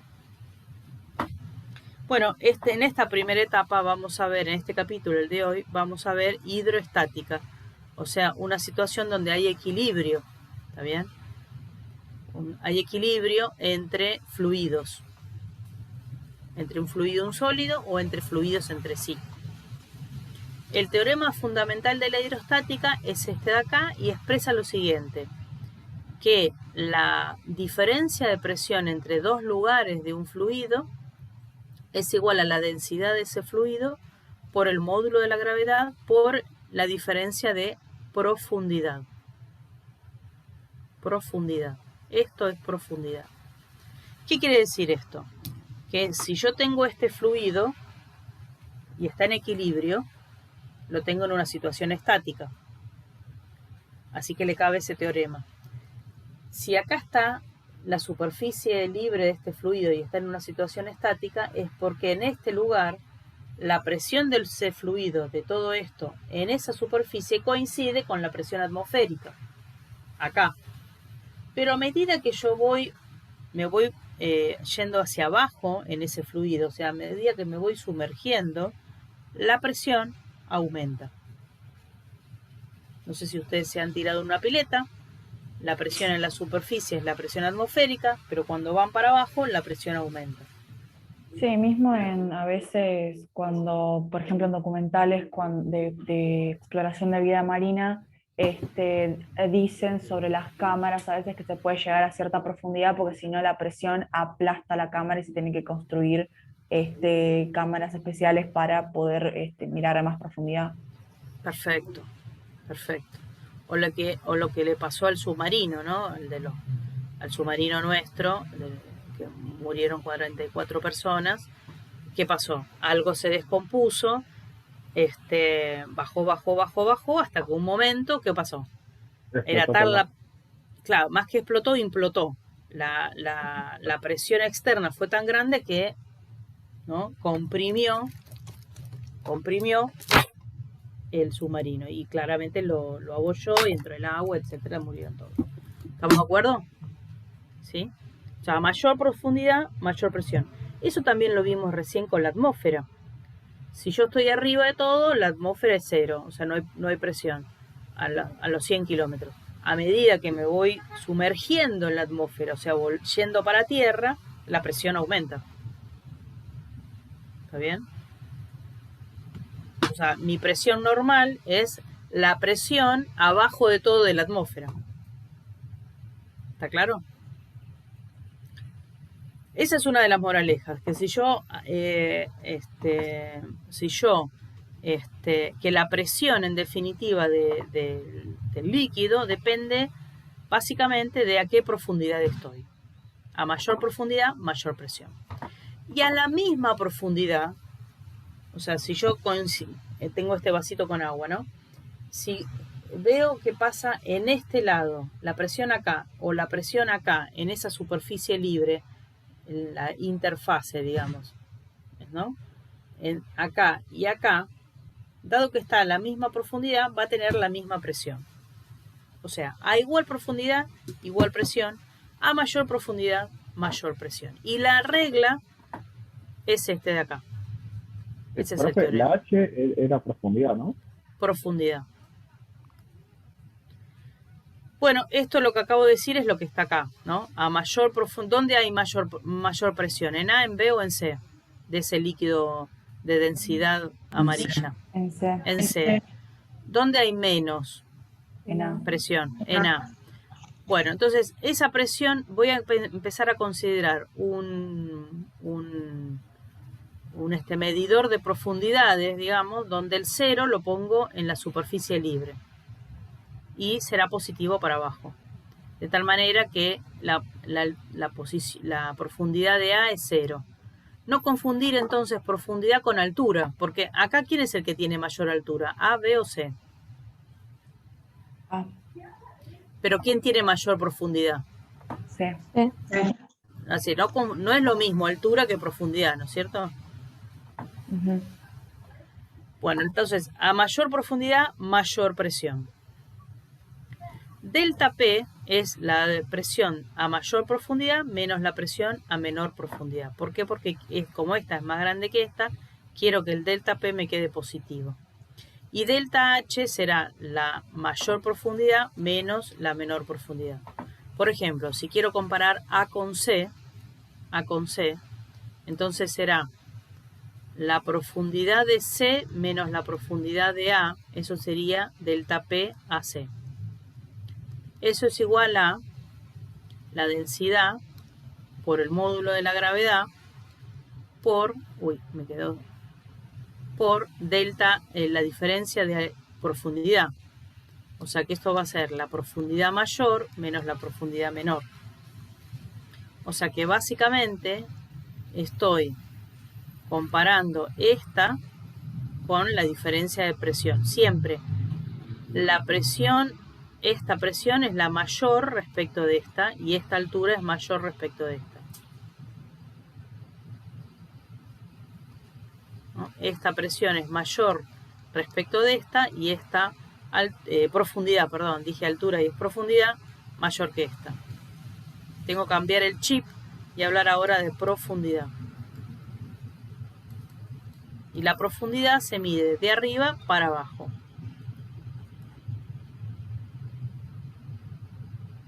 A igual profundidad, igual presión. Todas las presiones acá van a ser iguales a la presión en B. Todas las presiones acá van a ser iguales a la presión en C. Todas las presiones acá van a ser iguales a la presión en A. ¿Está bien? Pero claramente esta presión en esta profundidad es mayor que en esta y a su vez esta es mayor que esta. Esta sería la de menor presión. Por otro lado están en equilibrio, ¿no? Este líquido está en reposo, así que acá hay una presión llamada presión A que se equilibra con la presión de acá. Ahora la presión de arriba, que es la presión del aire, es la presión atmosférica. Así que puedo decir tranquilamente que si esto está abierto, ¿no? Si estaría cerrado ya no lo puedo decir. Pero si está abierto, la presión acá en A coincide con la presión atmosférica. Profe, si está cerrado, sería como lo que queda, sería como vacío, sería como presión cero. Podría ser presión cero, podría ser otra presión, por ejemplo, ¿no? Si yo abro, entonces esto, ahora tengo presión atmosférica y algo de agua. Si yo lo comprimo un poquitito y lo cierro, ahora adentro no tengo presión atmosférica, tengo una presión que es menor. Pero si abro esto, entra aire y entonces empieza a ser presión atmosférica. Ahí sí. ¿Está bien? Sí. No necesariamente era cero. ¿Está bien? Sí. Bueno. Y lo último es la discusión entre presión absoluta y presión manométrica. Absoluta le vamos a decir a la presión total. Cuando hablamos de presión absoluta es la total. Recién estuvimos hablando de la presión total. Todas esas presiones. Luego vamos a hablar de la presión manométrica o hidrostática, que es una presión relativa a la atmósfera. Cuando ustedes me dicen que adentro de ustedes tienen una presión, estos son ustedes, y me acaban de decir que su presión es 120 milímetros de mercurio, 80 milímetros de mercurio. ¿Sí? Pero la presión atmosférica afuera es 760 milímetros de mercurio. ¿Cómo es que ustedes tienen menos presión que la atmosférica adentro? ¿Se entiende? ¿Cómo es que mi presión es esta y la de afuera es 760? Tengo afuera entonces una bruta presión que me está comprimiendo permanentemente. Y sin embargo, ¿qué observo? Que si me pincho, ¿entra aire o sale sangre? Sale sangre. Si sale sangre es porque la presión adentro debe ser mayor que la presión afuera. Si no, entraría aire. Así que en realidad esta presión no es la absoluta, es la presión relativa. En realidad dentro mío tengo 760 más 120 o más 80. O sea, en total adentro tengo 860 milímetros de mercurio. Y afuera hay 760 milímetros de mercurio. Tengo más presión adentro de mi cuerpo que afuera. Ahora, esta que me están dando resulta ser que no es la presión absoluta adentro, es la presión relativa, es la presión manométrica. Me dice cuánto por arriba de la atmosférica está tu presión. Está 120 por arriba de la atmosférica. ¿Se entiende? Sí. Esta presión de acá es la presión manométrica o hidrostática. Manométrica. ¿Está bien? Mientras que esta es la presión absoluta adentro. La segunda discusión más importante que tienen ustedes, la primera, el primer dolor de cabeza es pasar de unidades. El segundo dolor de cabeza es la discusión esta entre la atmosférica y la absoluta y la manométrica. Tienen unos problemas ahí tremendos. Claro, por encima en medicina usas la manométrica y que para el resto se usa la atmosférica. O la absoluta. Exacto. Exacto. Así que, bueno, recuerden que la manométrica siempre es la absoluta menos la atmosférica. Es una relación entre lo que tengo y lo que tengo afuera. ¿Está bien? Bueno, y lo que me faltaría es, para terminar, es prensa hidráulica. Si quieren lo dejamos para la clase que viene. Es simplemente 2 ecuaciones, porque ya medio que nos fuimos. Y hagan todos los problemas de esta guía que comienza, no me acuerdo, no les puedo decir en qué lugar comienza.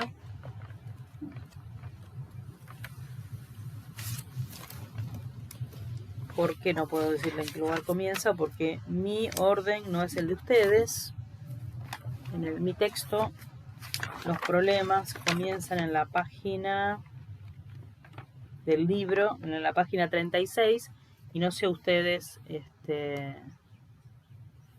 dónde, bueno, pero la ejercitación ya de la primera parte pueden hacer hasta el problema 10, pero el problema 5 y el problema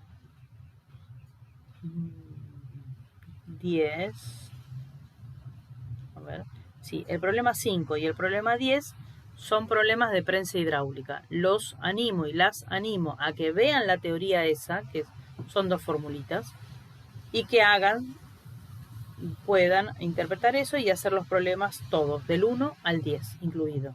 ¿Está bien? Del 1 al 10. Incluidos los que yo no di la teoría. Y la clase que viene, por supuesto, revolvemos ahí un poco el tema volvemos a ver lo de prensa hidráulica y vemos los problemas que no les salió, tuvieron dificultades, etc. Esto es el sábado. ¿Sí? Perfecto, profe. Bueno, gente, todo lo mejor para ustedes. Ánimo, valor y miedo, y traten de